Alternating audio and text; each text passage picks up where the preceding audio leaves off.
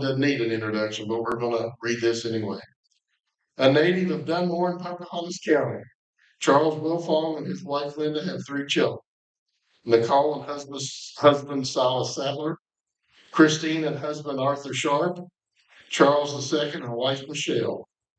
They also have 8 grandchildren: Trey, Noah, Evan, Owen, Charles III, known as CW, Wyatt, Hope, and Nora. Charles has a family farming operation doing business as Wilfong Farms. The farm consists of 10,000 acres. They raise 2,200 head of cattle and 1,200 head of sheep. They also produce 800 acres of hay and 275 acres of corn, with the remainder of the acreage in pasture and woodland. Serving on the West Virginia Farm Bureau Board since 1983, Wilfong has been president of the West Virginia Farm Bureau for the past 27 years. Vice president 6 years before that. He was elected to the presidency in the former century, 1997. Just want to make you feel old again.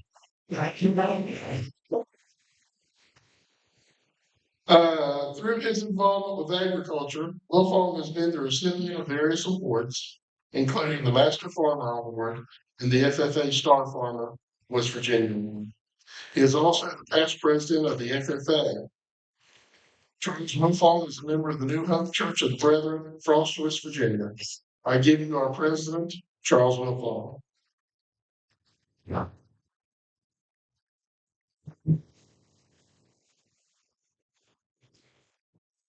Thank you, John.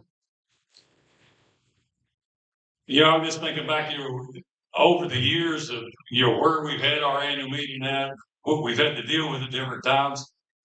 I remember back, we were having the state annual meeting at Jackson's Mill during the '85 flood. We all got stuck there together. Couldn't get out. We had an ice storm. We had it in Beckley one year. We had an ice storm and we couldn't hardly get out of Beckley. We also had wildfires and the smoke was thick when we were at Canadian Valley one year. I mean, it's you always have to kind of wonder, what we're going to encounter when we have the annual meeting. Because it seems like we have some kind of different circumstance, quite often. But, this fall I've had the opportunity to travel around the state quite a bit.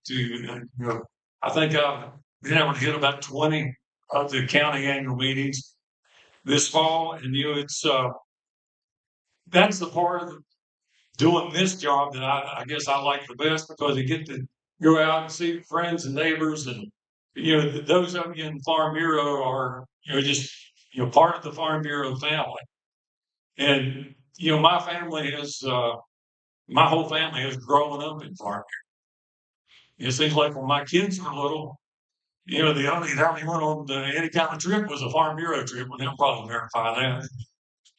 And, but now to see my grandkids here too, and I've got all 8 of the grandkids here. That's the romper room table back there in the back. But it is really a pleasure and a privilege to be able to have my family here to share this meeting with, and to share the things in Farm Bureau, and to have them active in the organization as well. But as I've traveled around the state this year, it didn't matter where it went. We've already talked about it 2 or 3 times, but the drought has been a tremendous, serious issue for a lot of us in agriculture across the state this year. It kind of started in Pocahontas County, Pendleton County. We were kind of the center of the drought to start with. We got that first hurricane, got a little bit of rain, kind of relieved things, and then the drought just kind of exploded. It's back covering every part of the state. And it still continues today. We've got some sufficient rains in some areas from different storms, but we're having tremendously dry soil, going into the late fall and winter. And it gets interesting. Whenever you get into the winter months and you get freezing temperatures and you don't have water, it can be a real problem, for those of us, especially with livestock. So we're hoping for some sufficient rains. Maybe, I hate to say this, maybe snowfall for this winter. I'm going to usually. I've really had enough snow. I think we had a half an inch in Pocahontas County already. Usually that's not enough to do me, but we probably do need that. There's a lot of big decisions that farmers across the state have had to make, that were short on feed, whether to cull cows, or, how much stuff they had to winter, whether to try to buy feed, which is not an easy proposition because there was such a shortage of feed in most areas. And whenever it comes to the water itself, I don't know why, but it seems like a cow will drink 3 times. If you're hauling water, she'll drink 3 times as much water as she naturally would normally. And it's an endless job when you get to hauling water. We still don't know how much longer it's going to stay dry. For me, this is about the longest time period that I've seen us in this kind of drought conditions. Across West Virginia. Usually if anybody gets rain, we do. Luckily, as has been talked about a little bit before, there are some programs out there, to help farmers, with the forage program, with hauling hay if you need to get hay from out west. But then this ECP program that's gonna help with water systems to prepare for the next drought. With wells and water tanks and piping and different things. The only trouble is, some of these programs, if you're a white man, you're going to have a problem getting your full fund. It's kind of odd that even during drought times, that even the drought programs, we put this DEI stuff within these foreign programs, so that if you're a white man, you might get 75% cost share. But if you meet a couple other qualifying groups, you might get 100%. This is the kind of program, these disaster programs are something that I long for. And the things that are out of our control, and that's when I really think agriculture needs some government help. It's things that are out of our hands, and that very continuation of our farm sometimes depends on having a little bit of help with some of these programs. Agriculture is always an adventure. There is no other occupation on the face of the earth, that has to deal with all the variables that we do in farming. And we didn't love doing what we do, we wouldn't be here. I thought about, since this has been a pretty decent week so far. With, I think Steve tried to get me to not talk about politics today, but I can't help it. This has been a pretty good week. I was really worried about how this election was going to turn out Tuesday, but it turned out pretty good. Thank God it turned out the way it did.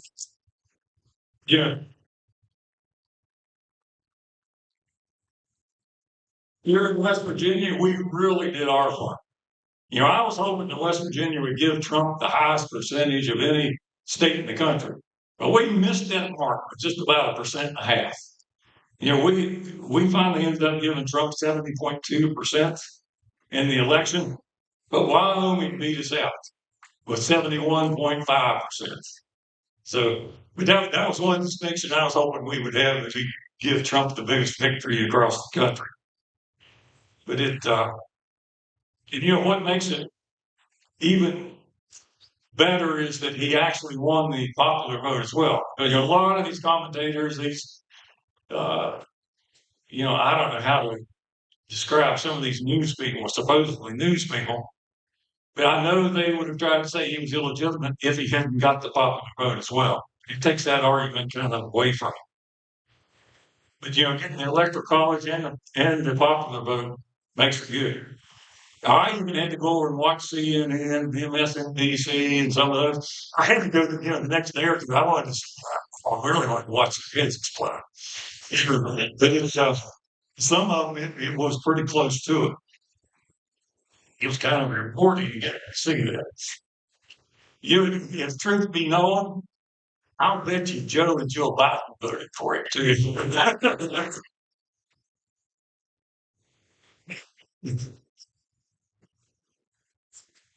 But right now the Senate still isn't totally shaken out yet. It looks like it's probably going to end up about 53 to 47. So there is a change in control in the Senate. The control of the House is still a little bit up in the air. I think we're probably going to end up about where we are. But there's still several of those races that are so close that they can't quite call them. But if we end up with Trump having control and at the White House and the House is in control both, it'll be a time that we'll need to move quickly. Some of the things that we really want to see done, in Congress and at the national level. And I don't think Trump's going to make the same mistake that he did the last time by appointing some of the wrong people to his administration. He took the word of some other folks that ended up coming back to haunt him because they weren't really on the same page. But I do shudder to think what the ramifications would have been if this election would have turned out different. And as I traveled around the state, as a talk, we were facing the return of the state tax, 60 or 70%. We were facing that 25% unrealized capital gains tax. I mean, we were facing pure socialism if this thing would have turned out wrong. And as I said, we just have to thank God that I think he had a hand in how this turned out. This new administration will probably be like none we've ever seen in this country. When you look at some of the folks that they're probably going to have a leading role in the administration, you got Robert F. Kennedy Jr., who's really going to focus on health issues, our food, and that's something we should all be interested in. We have way too many additives, preservatives, chemicals in our food supply. And it's kind of odd that some of the companies that produce even cereals in this country with all the colors and additives, the same products are sold in Canada and Europe without those, with half as much sugar in it as well. And there's a lot of things dealing with our health, through the food supply. Can you only imagine what's going to happen when Elon Musk is turned loose to reorganize the government? I can't wait to see it. I think he has made the statement that you could eliminate 2/3 of government employees in some of these government agencies, and you never know the difference.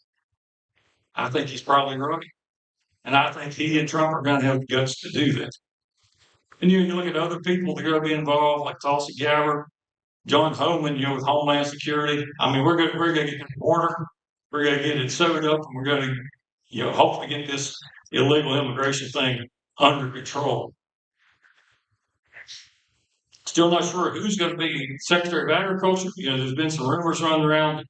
Once we get whoever it is, we need to get all this DEI stuff, out of the farm. So we saw it a while ago. We have no room in our farm programs to get all this DEI crap that we've been fed for the past few years. But it's already amazing when you look around the country.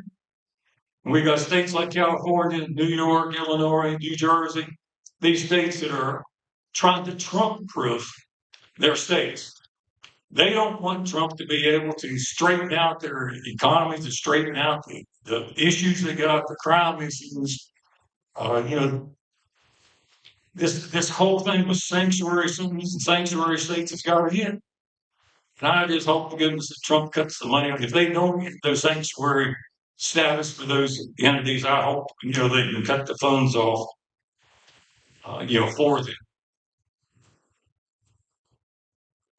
We hope that all this uncontrolled immigration, as I said, must be fixed. I think the wall will be built quickly. It's amazing. We had this rush coming on the border as we speak. There's supposed to be several thousand, heading toward our border again. And just with Trump getting elected, before he takes office, I think maybe the Mexican government is breaking that up a little bit. So, maybe we won't have that right now. I was afraid we was going to really have border rush between now and January the 20th. But, it's amazing, how the bad actors in the Middle East, like Hamas and Hezbollah, all these, they're wanting ceasefire now. It's amazing what a little bit of leadership from the United States will do in encouraging that to happen. And then, if I was Iran, I would probably be shaking in my boots right now. But it's amazing that leadership from the United States changes things so much.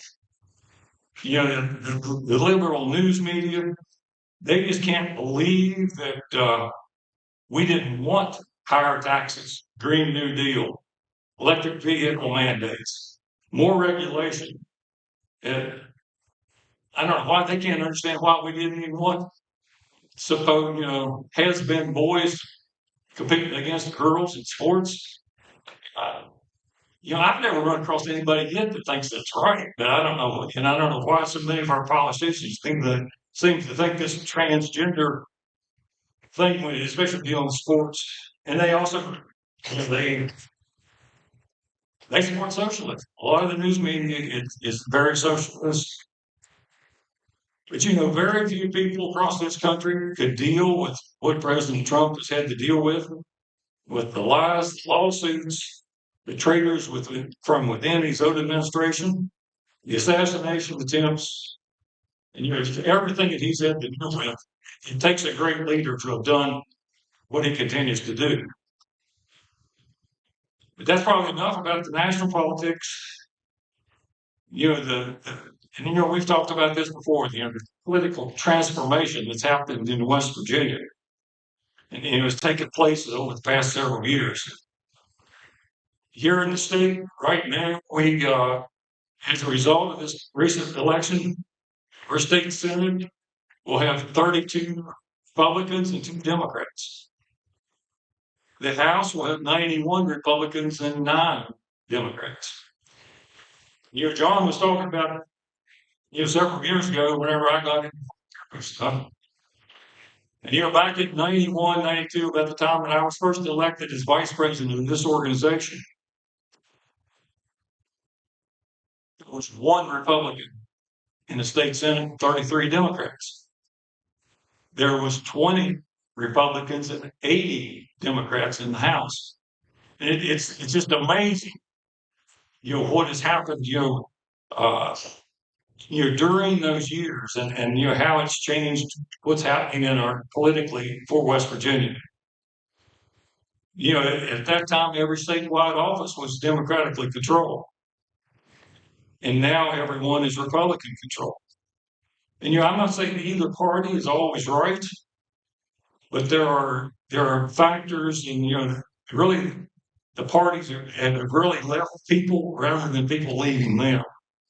But the thing that, and I've talked about this before too, the thing that really changed politics in West Virginia over the past few years was the removal of out of 1.76 million people that we've got, is the removal of 400,000 dead people off our voter rolls. I mean, we had years in the past when the elections were decided before it ever started. But getting our voter rolls cleaned up have been a huge, huge difference maker, with our elections. Right now, West Virginia is positioned to be in a very sweet spot. With the energy resources that we have, with oil and gas and coal too, we have some almost unlimited opportunities as far as income for the state, jobs for the state, and we just got to make sure that we'll continue to make sure that surface owners and landowners are treated fairly and properly, through this process. And one thing that's going to help that, the Farm Bureau, through some of the legislation that dealing with oil and gas, the Farm Bureau was allotted a seat on the Oil and Gas Conservation Commission, and that's the ones that settle it. Those things really don't go to court; that commission settles. And our representative, Joe Casco, I just saw Joe Ripley at the Farm Bureau meeting the other night. Joe has done a super job representing West Virginia on that Oil and Gas Conservation Commission. And now they kind of refer things, dealing with farmers and surface rights and things. They refer a lot to Joe. That's a whole lot different than it used to be. I still, I've preached this for years, but I still think that we ought to be producing nitrogen fertilizer with a lot of this oil and gas that we've got. And maybe that will come to fruition someday before I die. I hope so, but I think there is huge potential there. The Atlantic Coast Pipeline that went through, that was supposed to go through with this, been almost in sight of my house, was, that's one of the things Biden canceled the first day on the job, almost 4 years or 3.5 years ago, 3.75 years ago. And, I'd love to see, have oil and gas production in, more of the state, but that isn't possible unless you have pipelines to get it and the infrastructure to get it out. So I really look forward, what can happen here in West Virginia financially through this process. And, legislatively, we've got, we've had a tremendous, with our new governor, Morrissey, we work very closely with him on a lot of things. He's the one that has taken a lot of the suits, with waters of the U.S., with clean power plants, with a lot of the energy issues. He's been in the forefront here to take those, to the Supreme Court even in order to get that done. So we look forward. We're going to have a real friend in the governor's office. The new Attorney General McCuskey, we worked with him for years. That's going to be good. Mike Warner's brother, is going to be taking over. Chris is going to be taking over as Secretary of State. And we've got a long-term relationship with them as well. And, as well as our Ag Commissioner being reelected, and Kent Leonhardt being back in that position. We got a real good group of people, to work with. A few of the things that I think we probably ought to take a look at in the legislature this year is this whole idea of foreign ownership of, land and farmland, across the state. There's a couple of bumps in the road with some of that because of some of the companies that have some outside ownership now, but I think we could probably work that out. I think personally, I think we ought to have an outright ban in West Virginia on the production and sale of fake meat. We've done a little bit on labeling, but I think this whole fake meat thing it has no place in West Virginia. Last year we worked on the sales tax on meat processing. We had some processing plants across the state that were charging sales tax, some that weren't. We tried to get that cleaned up. It passed the House real big. Not to mention any names, but Senator Tarr killed it on the Senate side.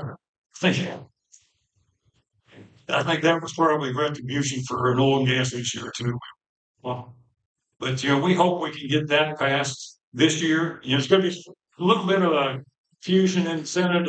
It's going to get pointed to Senator Trump's Senate seat, and since he's moving on to the Supreme Court, so it's amazing how we've got some folks that are taking up residency in that district, so they might get appointed to that Senate seat. We just got to kind of wait and see how that one works out. I think one of the challenges, I talked to Dwayne about this last night. One of the challenges is probably going to be the public employees insurance contract, because the past few years, we've had that COVID money that's been kind of covering a lot of costs for a lot of things. It's gone. It's used up. And with the cuts in income tax and with this car tax refund, I don't like paying taxes anymore than anybody else, but the car tax is the one that everybody pays. And I'm a little bit nervous that we do away with these broad-based taxes, and when the push comes to shove, some of this is going to come back to property owners. We don't want to see that. We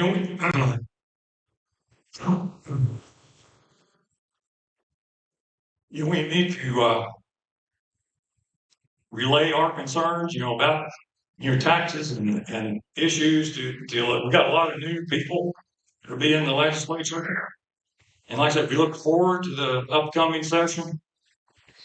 I hope we can make our legislative reception in Charleston in March, the biggest and best ever. And we'll have a bunch of our elected officials there to interact with at that. I can't say enough about the job that Dwayne Odell does down in Charleston and across the state, working on our behalf on these legislative issues. every day. Dwayne, where are you at? Just give Dwayne a big hand for the job.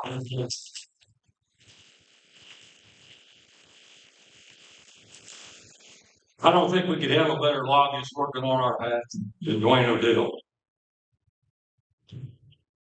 The true results, come from, having him working there with the whole staff, our board working, and with your involvement. What really makes us successful, we're probably the most successful organization politically across the state.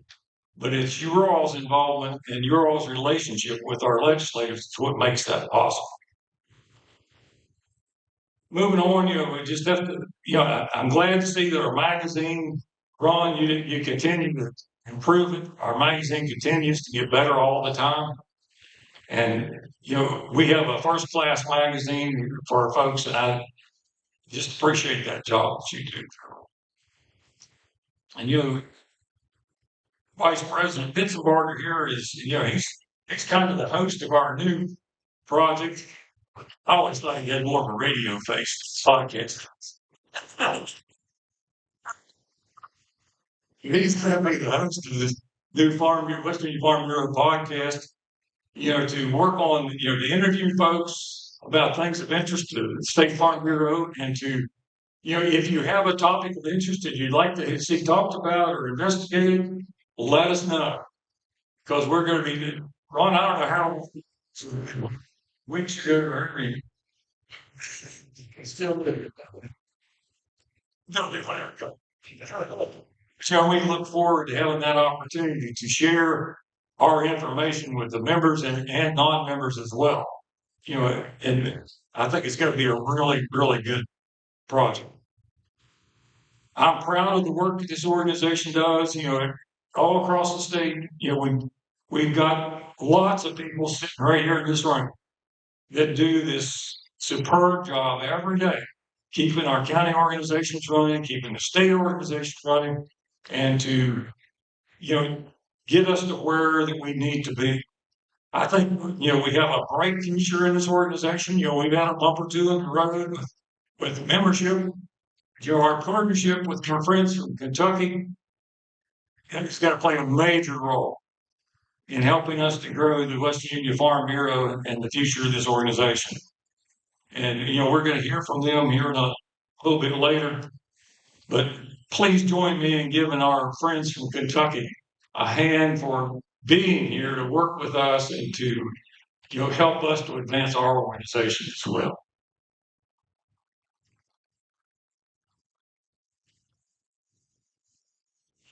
With that, I probably better quit, or I'll probably get political.